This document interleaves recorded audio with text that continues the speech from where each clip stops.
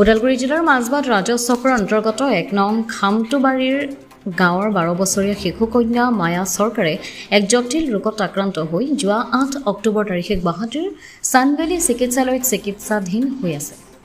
জানিব পৰা মতে খামটোবাৰী গাঁৱৰ দিন হাজিৰা কৰি পৰিয়ালটিক পোহপাল দি অহা অজয় চৰকাৰ আৰু মাধৱী দে চৰকাৰৰ একমাত্ৰ কন্যা মায়া চৰকাৰৰ এক জটিল ৰোগত আক্ৰান্ত হৈছে। কন্যাৰ চিকিৎসা কৰাবলৈ পৰিয়ালটোৰ হাতত ধনৰ অভাৱ হৈছে।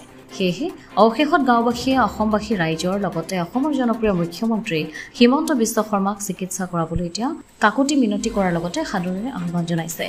কিজানি আপোনালোকৰ কিঞ্চিত সহায় কণমানি মায়া চৰকাৰ মুখত হাঁহি বিৰিঙাব পাৰে। তাৰ বাবে স্ক্ৰীনত দিয়া নম্বৰ নতুবা QR স্কেনাৰৰ জৰিয়তে সহায় কৰিবলৈ মায়াক চৰকাৰৰ পিতৃ অজয় চৰকাৰে এতিয়া কাটৰ আহ্বান জনাইছে।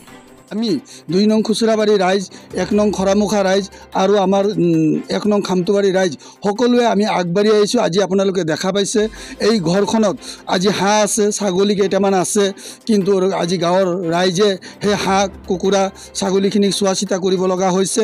মাতৃ আৰু পিতৃয়ে তেওঁক লৈ কিনা গুৱাহাটী সানভেলী হস্পিটেলত চিকিৎসাধীন অৱস্থাত আছে। তো বৰ্তমান তেওঁ যিটো চলাই থকা এখন এক্সেল 100 বুলি এখন বাইক আছিলে, সেইটো 10,000 টকাত বিক্ৰী কৰি যোৱা বুলি আমি গম পাইছোঁ। গম পাই আমি গোটেই ৰাইজখিনিয়ে আমি নিজৰ ফালৰ পৰা অকণমান চিন্তা কৰি সকলোৱে আমি যাতে সহায় কৰিব লাগে বুলি যিয়ে যোনে যেনেকৈ পাৰোঁ আমি সহায় আগবঢ়াবলৈ চেষ্টা এটা কৰিছোঁ। তো আকৌ মই চৰকাৰৰ ফালৰ পৰা আমাৰ BTCৰ 39 নং 5 নং চেৰপাঙৰ নৱনিৰ্বাচিত আমাৰ MCLA শ্যামচুন্দ্ৰী ডাঙৰীয়া বা কাৰ্যবাহী সদস্য আমাৰ শ্যামচুন্দ্ৰী ডাঙৰীয়াক অনুৰোধ কৰিছোঁ যে তেওঁ নিজৰ ফালৰ পৰা এটা চৰকাৰীভাৱে তেওঁ সহায় সহযোগ আগবঢ়াওক। আৰু অসম চৰকাৰকো মোৰ এটা অনুৰোধ যে গুৱাহাটী সানভেলী হস্পিটেলত আমাৰ এই দুখীয়া পৰিয়ালৰ যিজন কন্যা চিকিৎসাধীন অৱস্থাত আছে, ৰাইজেও আমি সকলোৱে সহায় আগবঢ়োৱাৰ কাৰণে আগবাঢ়িছোঁ।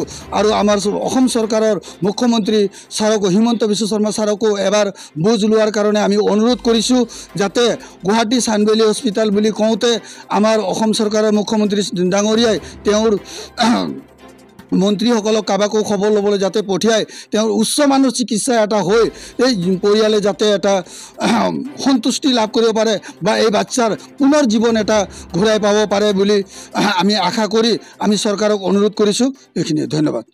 মাজবাটৰ পৰা অমৃত নিউজ 24/7। অমৃত প্ৰবাহ অসমীয়া সাপ্তাহিক কাকতৰ ডিজিটেল সংস্কৰণ অমৃত নিউজ, সত্যৰ সন্ধানত অমৃত নিউজ।